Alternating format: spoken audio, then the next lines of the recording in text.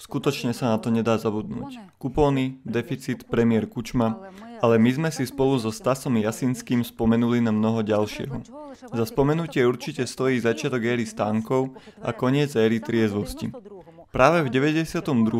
je v obchodoch ešte prázdno, ale v malých kioskoch, ktoré rastú ako huby po daždi, sú čokoládové tyčinky Snickers, žuvačky, lieh Royal, vodka Rasputin, likér Amaretto a za pokladňami kandidáti vied a profesori.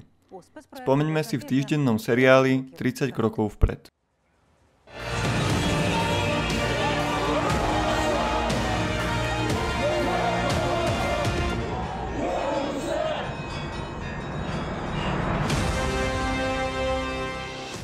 Toto je 1992 rok. Vzniká Európska únia, začína sa vojna v Podnestersku a je prijatá prvá SMS správa.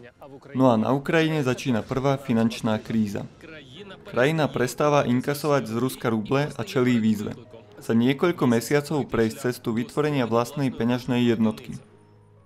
Môže byť nazvaná kuna, či dokonca ukrajinský dolár. Ale politici podporia termín hryvňa. Miliardy hrivien z roku 1992 boli vytlačené vopred za hranicou. Ešte na jeseň 91. Ležia v skladoch Národnej banky, ale bankári žiadajú odklad. 10. januára 92. sa objavujú prvé náhradné peniaze. Znova použiteľné kupóny, tiež nazývané kuponokarbovance. Tieto pestré papiere tlačia v Španielsku. Na prvých kupónoch neboli ani čísla, očakávalo sa, že budú v obehu maximálne do konca roka. A vezmú na seba celú záťaž inflácie. Nikto z nás vtedy ešte nevedel, že existuje aj hyperinflácia. Na začiatku roka stojí peceň chleba 1 kupón, starý sovietský karbovanec mení štát na 1,5 kupónu. A na konci roka stojí ten istý chlieb 25 krát viac. Pričom za $1 dostanete asi 1000 ukrajinských papierikov. V 92. každú sobotu a nedeľu na obed ulice zývajú prázdnotou. Závanom čerstvého vzduchu v televízii je mexický seriál Bohatí tiež plačú. Ukrajinci v práci aj doma preberajú nové nešťastie. Mexické. Chudobné dievča Mariana, ktorá si ani nevie predstaviť, aká je bohatá, je novým idolom ukrajinských žien. 244 častí bohatých, ktorí nemôžu neplakať, pomáhajú prežiť vlastné zbedačenie. A meno Mariana sa dočasne zaradzuje medzi najpopulárnejšie ukrajinské mená. Na začiatku 92. sa začínajú problémy s Čiernomorskou flotilou. Ukrajina a Rusko si nárokujú vlastné práva na bojové lode Sovietskeho zväzu. Ešte väčší problém je so samotným polostrovom. Začína sa prvý pokus pripojiť Krym k Rusku. Требования закрыть! 5. mája 92. prijíma parlament polostrova deklaráciu nezávislosti Krymu a vyhlasuje na august referendum pre potvrdenie tohto statusu.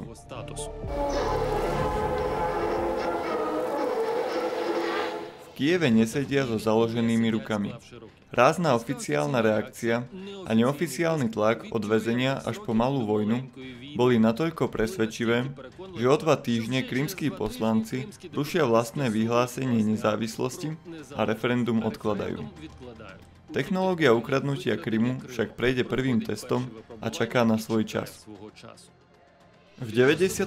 novonarodená Ukrajina uzákonila vlastnú vlajku, štátny znak a hymnu, ale s úpravami od komunistov. Štátny znak volajú malým a sľubujú dokresliť iný podľa komunistických poslancov. A v hymne schvaľujú iba hudbu. Na pridanie textu prvej časti piesne Čubinského musia Ukrajinci čakať ešte dlhých 11 rokov.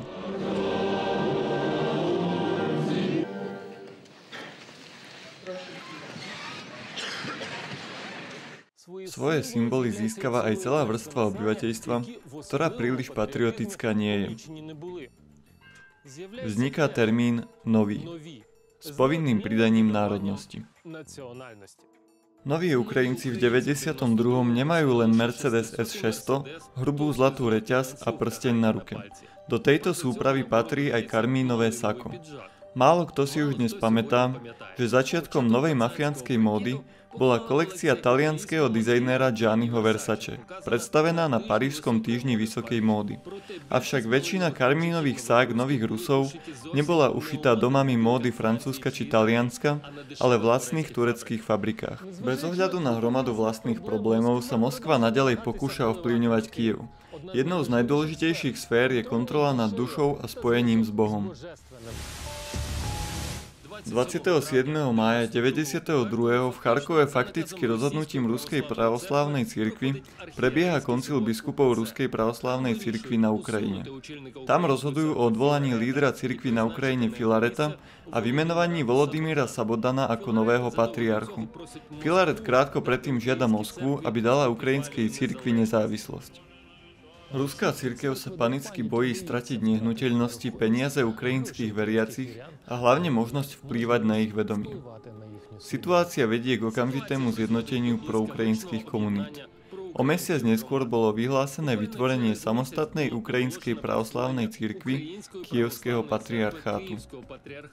To, že sa jedná iba o začiatok dlhej vojny o vlastnú cirkev, pochopia všetci veľmi rýchlo. Ďalšou cnostnou záležitosťou je našetriť miliardy potrebné na udržiavanie ukrajinského jadrového arzenálu vo funkčnom stave. Prvé mesiace 92. z Ukrajiny do Ruska smeruje niekoľko tajných presunov s taktickými jadrovými hlavicami, bombami a delostreleckou muníciou. В эти минуты мы готовы забыть, что там 10 ядерных боеголовок, и нам тоже хочется, чтобы сатана взлетела, и мы незаметно перекрещиваем пальцы. Celkovo je na Ukrajine od 2 do 4 tisíc kusov taktickej jadrovej munície a ďalších 2000 veľkých hlavíc pre medzikontinentálne balistické rakety. To všetko sa Ukrajina, podľa dohody podpísanej v máji 92. v Lisabone, zaviazala zničiť alebo odovzdať Rusku. Даю отсчет. 5, 4, 3, 2, 1, spust. V skutočnosti, že čo je len jedna atómová nálož, nie je len zbraňou, ale aj 100 milióny dolárov, mocní muži ohromení hyperinfláciou ako si zabudli. V októbri 1992, v čase silnejúcich protestov, vláda Vitvolda Fokina odstupuje a novým premiérom sa stáva Leonid Kučma, riaditeľ závodu Pivdenmaš v Dnepropetrovsku. Na Ukrajine sa začínajú nové časy. Jeho premiérovanie a mimoriadne právomoci, ktoré dostal od poslancov, nebudú mať dlhé trvanie. Práve jeho pôsobenie na politickej scéne však určuje smerovanie ukrajinského štátu na niekoľko nasledujúcich 10 ročí.